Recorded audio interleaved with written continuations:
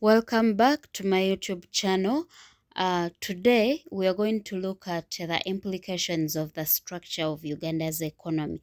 So by the end of this video, we will have obtained all the implications, and basically for the structure of Uganda's economy, there are basically negative implications. And the first one is the unfavorable BOP.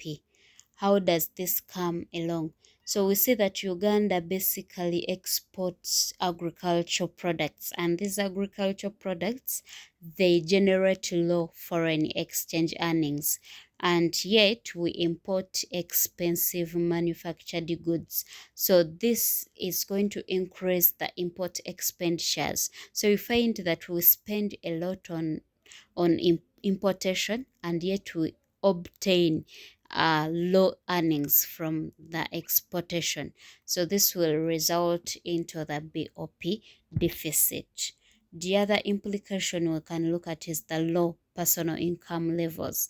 This is due to the high levels of unemployment and the predominance of subsistence agriculture, where many people receive no income. So we find that the personal income levels are very low. And then production of poor quality goods. This is because of using poor methods of production and unskilled labor. The labor we have in the country, the labor basically that is used in the country and that is in the agricultural sector is either semi-skilled or unskilled. So this will never bring out the good quality output. So you find that every output that is brought forward will be moderate or of poor quality. The other implication is low levels of technological advancement. This is caused by technological dualism in the country, in Uganda. There is still predominance of rudimentary backward skills of production in many parts of the country because of conservatism among people and limited capital. So since people do not have enough capital to carry on the production in a technological advanced way, they will still carry on their rudimentary way of production.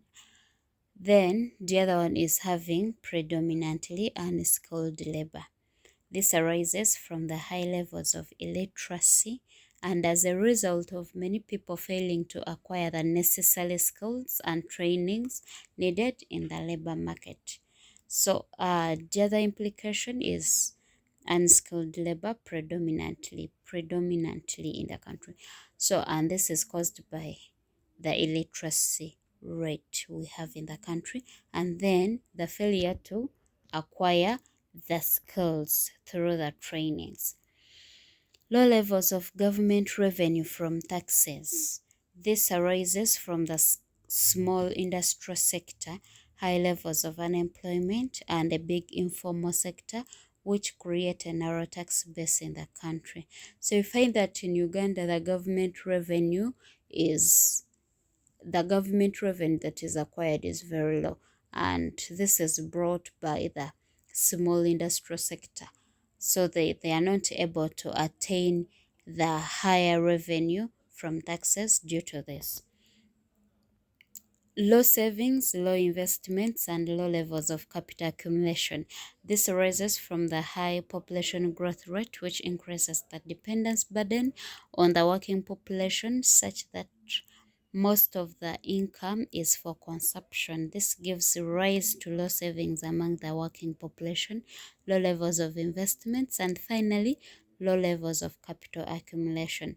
So I find that capital is not accumulated in Uganda because of the high dependency level. So since the population is very high and more people that are dependent, so the people that are working will actually spend all the money they work on consumption because they have more people that they are actually serving or that they are supposed to look after. So since the consumption is high and much money is spent on consumption, then there will be low money that is spent on investment and on savings as well. So this will not take up the capital accumulation. Acute income inequalities arise. This is due to the high levels of unemployment, where many people are not earning income while the few who are employed are earning high income. So the inequalities arise from here. The people that are employed, there are those people that are employed, a few of them, they are earning high income. Their level of income is very high. Then we have also that group of people that is not unemployed, and therefore they are not earning anything. So you find that there is that inequality in the income. Then poor terms of trade. Import prices of manufactured goods always rise faster than the export prices of agricultural products. This gives rise to poor terms of trade in Uganda. So you find that the prices of the imports we have here is very high, yet the export prices is very low. So the agricultural products that we export to other countries priced low. They are lowly priced, yet we do import the products that are of high prices. So you find that there is no equality in the terms of trade. Then we look at foreign domination of the economy. This arises from reliance on decisions made by other countries, as well as reliance on foreign skilled labor, foreign technology, and capital. So since we are not yet independent, we need that the foreign countries, and these countries are going to decide for us. They are going to we are going to actually rely on the foreign skilled labor, since we do not have enough skilled labor in the country.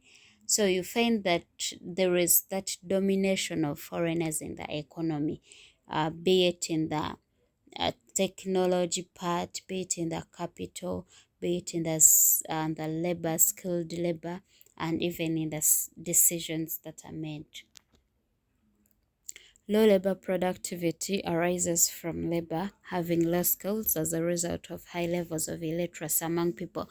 So since we have illiterate people in the country, and these people have low skills of what they are doing, so this will result into low labor productivity.